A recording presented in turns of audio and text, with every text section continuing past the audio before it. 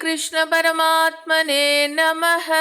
ஸ்ரீமத் பகவத்கீதாவினுடைய விளக்க உரை ஸ்ரீ கீழாத்தூர் ஸ்ரீனிவாசாச்சாரியர் அவர்கள் விளக்க உரையை கொடுத்தது.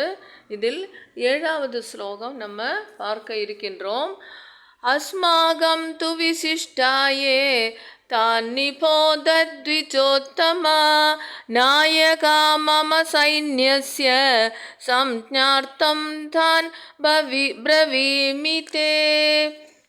அப்படின்னா சஞ்சயன் சொல்கிறார், பிராமணோத்தமரே, இனி நமது சேனையில் முக்கியமானவர்களை தெரிந்து கொள்ளுங்கள்.